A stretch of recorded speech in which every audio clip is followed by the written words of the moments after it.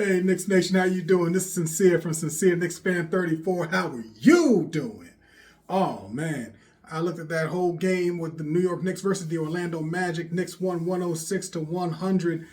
Knicks did their thing out there, you know what I'm saying? Brunson, like I said, doing Brunson things, you know what I'm saying? 30 points, you know what I mean? Josh Hart, 12 rebounds. That was really big because our New York Knicks, it was a grind out game. You know what I'm saying? Like, don't get it twisted.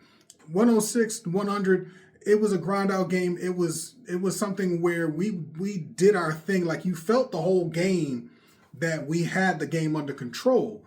But the idea was at one point we started taking out the starters and we started letting the bench play a little bit more, and they just weren't quite on par, you know what I mean? So the idea basically was Mike Brown had to go and put the starters back in, you know, and that's I'm not too angry about that. It's frustrating, a little irritating, but I get it from the standpoint you want to make sure you secure the victory. So I get that. You know, that's what I've been talking about the last couple episodes, has been the idea of keep our foot on the pedal, right? Put it on the gas, full throttle. Let's get it. Let's get the win, right? So I'm not mad that he put the starters, or at least portions of the starters, back on the field. The way I'm looking at it is the idea that he did what he needed to do to win. Our secondary, our third unit, it just wasn't flowing, and it just weren't being efficient, and it showed, But the idea is OG Anunoby, that dude is that dude. You know what I'm saying? Like, him just being on the floor, he created a presence from even the last game. Did big time things, right? Defensively, offensively. I mean, even though you can see that he still has some rust, he knew where to be and when to be, and he did his thing. So he went out there, OG Anunoby that is, and he contributed right off the rip where he left off, being a defensive pest, and he was making teams feel him from the very beginning, right? And that was the same situation with Orlando, right? Orlando was really feeling OG Anunoby's presence, even to the point where Mr. Desmond Bane, he went out of his way to go and try to muck things up and try to see what he can try to start by playing dirty. Let me be clear.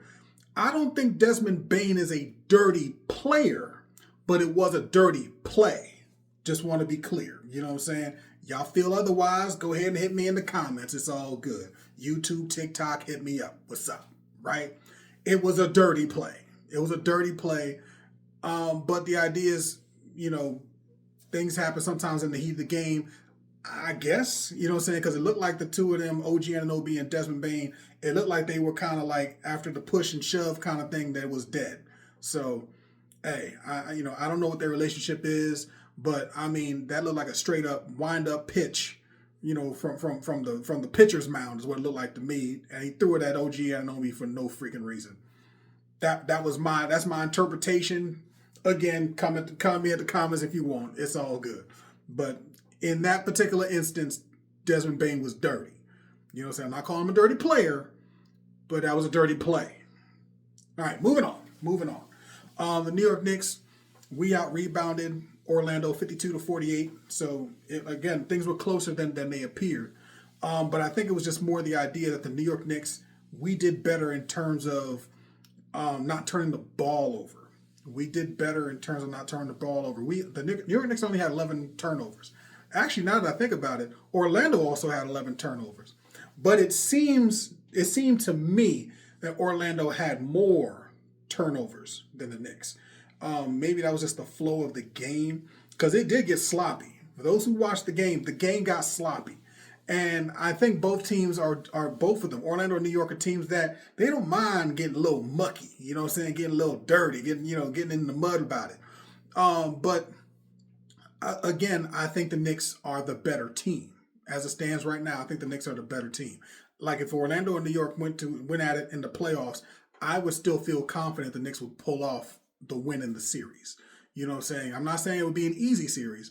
I'm just saying I think the Knicks would be would be that team. They would eventually just beat them in a 7-game series.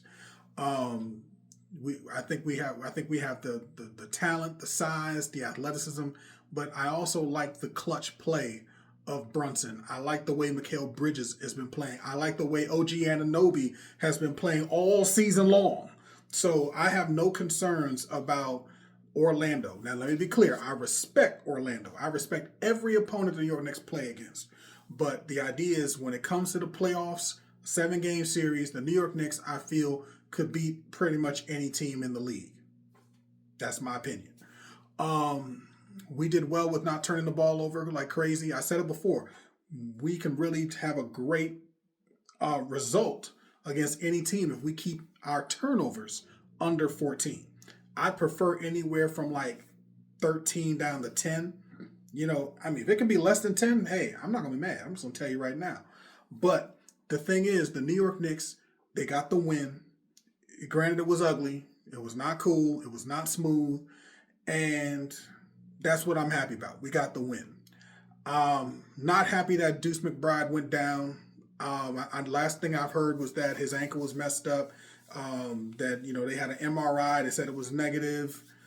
So that's a good thing because at least it means it's not broken. But that's someone who defensively does bring an impact to the game. So I don't know how long he'll be out. I guess we'll see in the next upcoming days, whatever the case may be, when he'll be able to return.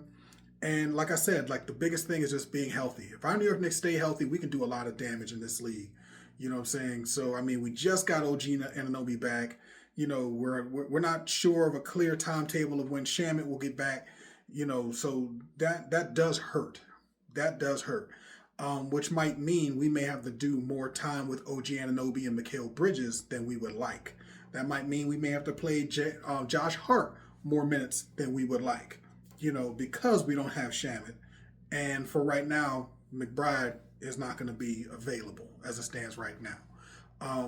Hopefully it'll be a short amount of time. Hopefully he comes back, and when he comes back healthy, ready to go. We'll see what goes on from there. I liked how Porty played. His numbers may not pop off the page, but his presence was incredible. Shot blocking, altering shots, running the floor. You know what I'm saying? I'll be honest with you. I was actually impressed with a couple of runs that he had from coast to coast. He didn't have the ball in his hand. He was just running. And I was like, for a center, that dude was moving. So I'm very happy to see Huck Porty get some minutes, meaningful minutes against a quality team. And he played very well. Rebounding, shot blocking, altering shots, diving on the floor, hustling. As I said, when it got mucky and all that kind of stuff, mucky and murky, he was right there. He was not afraid of the moment, and he did his thing. You know what I'm saying? My only thing I would say about Huck Porty was that in the course of the game, there was this one play where my man was right under the basket, clear dunk in my opinion, and he passed it out to a 3-point shooter. Granted the shot went in, but it was just like, dude, you are point blank. As a matter of fact, I believe it was Kolick. Kolick was like, dude, you were right under the basket. You dunked that mess. You understand me? You know what I'm saying? And I appreciate Kolick doing that. Shout out to Kolick for that because, you got to think about it. This guy's essentially like a second-year rookie. You know what I'm saying? And being able to go up to Huck Porty and say, yo, man, next time you're under that basket, dunk that. For real. Don't look at nobody else. You dunk that. So I appreciate Kolick, getting in his ear and saying that. You're that close to the basket, and ain't nobody around, just dunk it. Don't worry about it. You know what I'm saying? Tell him I told you. Tell him I sent you. You know what I'm saying? So that was cool in itself. With all that being said, we played very well offensively. We played very well defensively, even with McBride out. It did help that Wagner went down. Blessings to him and his family. I hope he heals up real well because like that, that was not pretty. It was not pretty, and I'm just hoping that he heals very quickly and very well. You know what I'm saying? The same way I'm hoping and praying that McBride heals up very quickly and very well. I think that was a real strong reason of why the Knicks were able to hold off the Orlando Magic, by 10 points or more going into the fourth quarter. We had it under wraps up until all the way up to like the last few minutes of the game, where it was clearly like we had the victory, and our second unit guys and third unit guys came in and they was kind of just turning the ball over and just not getting into a flow. Shots weren't dropping. It was just discombobulated. So I get it. You know what I'm saying? So I'm happy with the win. I'm happy with overall how we played as the starters and the second unit guys. We did our thing. We did damage. Now it's on. We got our next challenge coming up, and I expect our New York Knicks to win, do their thing. We'll see what's up. With all that being said, you know what I'm saying? If you haven't already, please like, share, subscribe. Let's make this thing happen. All right? 75% of y'all keep watching, but y'all not subscribing. So let's make this thing happen. All right? So, I appreciate y'all. Continue to follow me on YouTube. Continue to follow me on TikTok.